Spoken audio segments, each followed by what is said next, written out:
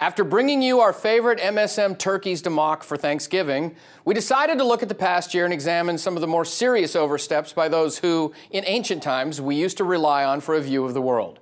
Here are some of the most annoying mainstream media moments of 2011.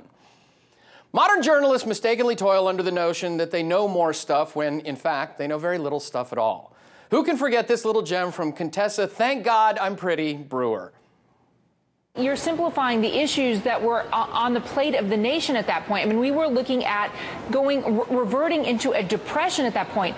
Everyone, the Fed chairman... I disagree that we were going into a depression, but go ahead. Do you have a degree in economics? Yes, ma'am, I do. Ms. Brewer was soon exiled by MSNBC and is now allegedly producing specials for the network. Her first effort, called "I Owe It All to Knowing How to Pick Out Lipstick," will be airing as soon as Al Sharpton finishes a sentence. The oxymoron stinkfest has been lauded by everyone from President Obama to Time magazine, which recently named the protester its Person of the Year. Although being repeatedly labeled a peaceful movement by the media, it's really just an overrated campout that typically looks like this.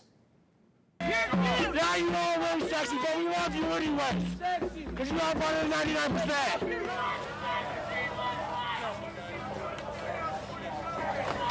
People who were sleeping at the sidewalk were carried. The media has spent the past few months ignoring continued reports of sexual assault, theft, and vandalism in Occupy camps all over the nation. Why?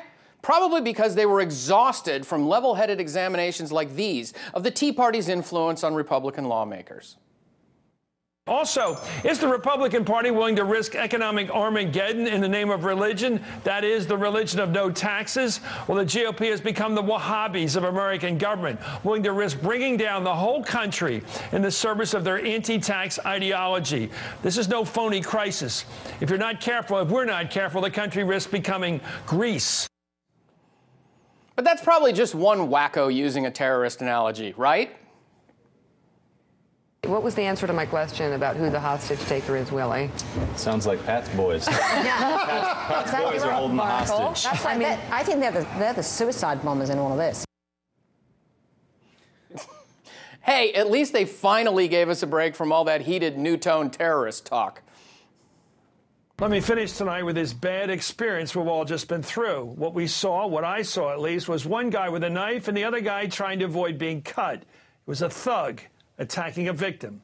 It was a mugging. Now, the good news, the relief is a better word, I suppose, is that the victim did get through it. The bad news is that the mugger got what he wanted. He got the wallet. Yeah.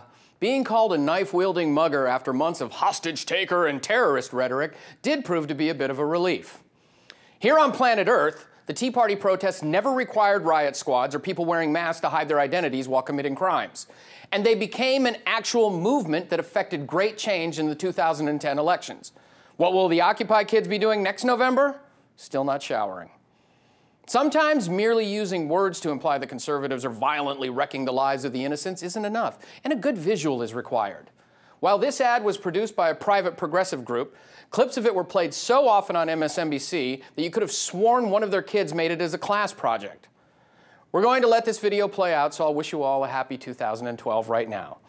Ladies and gentlemen, here is the calm, cool, and thoroughly new-tone liberal message that a United States congressman's fondness for math and sound economic policy means, of course, that he's going to kill your grandmother.